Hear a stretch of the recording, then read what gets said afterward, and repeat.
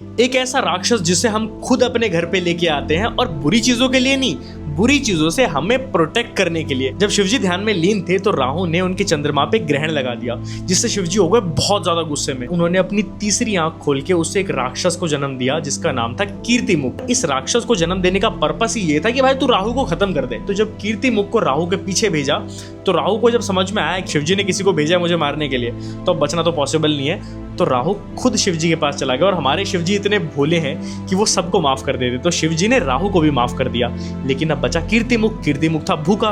तो कीर्तिमुख ने बोला कि मालिक अब मैं अपनी भूख कैसे मिटाऊं?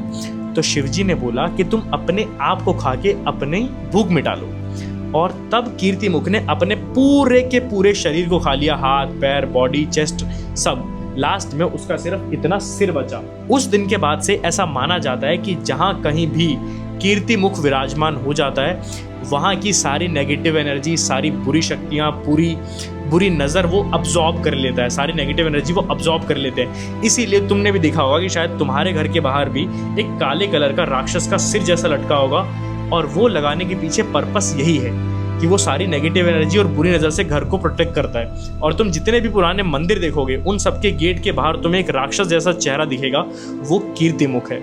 और आई डोंट नो कि तुम में से किसी को ये चीज़ पता थी या नहीं पता थी, बट मेरे को तो स्टोरी बहुत इंटरेस्टिंग लगी, तो इसीलिए मुझे लगा कि तुम लोगों के साथ भी शेयर करनी चाहिए।